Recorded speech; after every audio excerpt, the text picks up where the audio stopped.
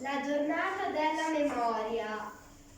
Il 27 gennaio la bibliotecaria Maria Grazia ci ha letto Paura sotto le stelle, un libro sulla Shoah.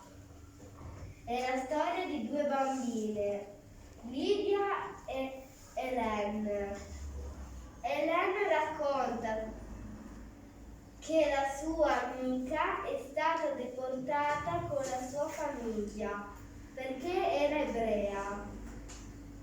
Poi siamo andati a visitare la casa di Andrea Schivo, un giusto tra le nazioni, che è nato a Villanova.